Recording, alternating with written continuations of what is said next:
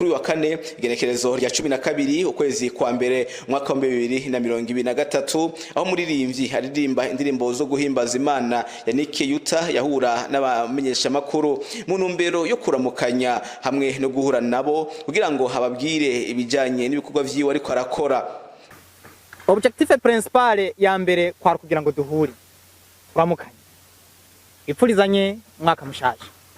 Abo tutari tuzinanye tumenyanye benshi muri mwebwe twari tuzinanye hari abamaze kumfasha hari n'abandi bawe bwa mbere duhuye nukuri ndaryohewe cyane gose nongera nshimira abantu bose bamaze kumfasha ibiganiro gushira ku masitati yabo lenke mba nabahaye hariho nabo ndaziha ntabazi baramumbwiye ariko ndashimiye Imana ko duhuye so naco cyambere cyatumye no kwihuta cyane kumva twohora na mwege. Kigira kabiri je nagoma ndabashimiye jewe nk'umuririmbyi ndacakora ari jewe nyine cyane muri gwagwe gwa nduvuga ati mbega ngenda muri studio gute, mbega nzokora clip gute, mbega nzokwambara gute, mbega ni bandi bazoza kumfatira backing, ninde no kwitura, mbega ni uyuhe mu journalist anyorohera no hobobera canke no saba akanyakira nkabivuga ku radio. Turacani muri urwo rugezo iyi rencontre tugiranira ngaha sinzoyibagira nzoyandika mu binje. Kabe akajyo keza kuko myesha makuru yuko afise ihangiro ridasanzwe yo kuzokwandika indirimbo 16 nkuko umwami Salomo yanditse indirimbo 15. Hayi hangiro rivuga ko n'imiburi nzokwandika nshikana indirimbo 1600. Nibaza ko muraza kumbaza ikibazo nta kibazo. Nzokwihangiro mvuge ati nzoshikana indirimbo 16 basi nze ninagira ubuntu nkasanga ijana zirakora mu mayigrite atandukanye cya ciyumviro canje kizoba gitanguye kuvuka cishavu mfise. Widi niwe muntu wa mbere yanditse indirimbo arakora ama worship arandika amazaburi hanyuma arandika n'izaburi ya Sunday Sweet ifise amakupe menshi cyane ashika mu masako Sunday Sweet gutyo arenga.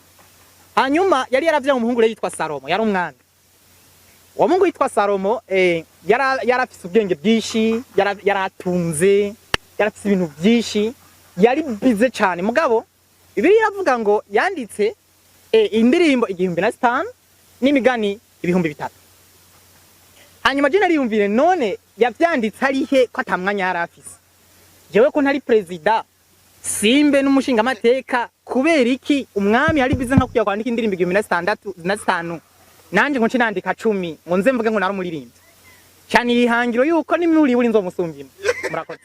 Kandi akajyo keza ko kubwira abanyesha makuru yuko agira shire ku mugaragaro indirimbo shasha yise twegeraniye hamwe. Indirimbo shasha indirimbo yiswe twegeraniye hamwe dushimbaza Imana. Indirimbo ivuga ko cyane mwe cyose vuga inyoni yote ko ziravuga ntituzi ku definition byo zivuze mugada Dawidi yarabivuze yuko zizinduka zigahimbaza amafi ahimbaza ibyaremwe mwijuru byose.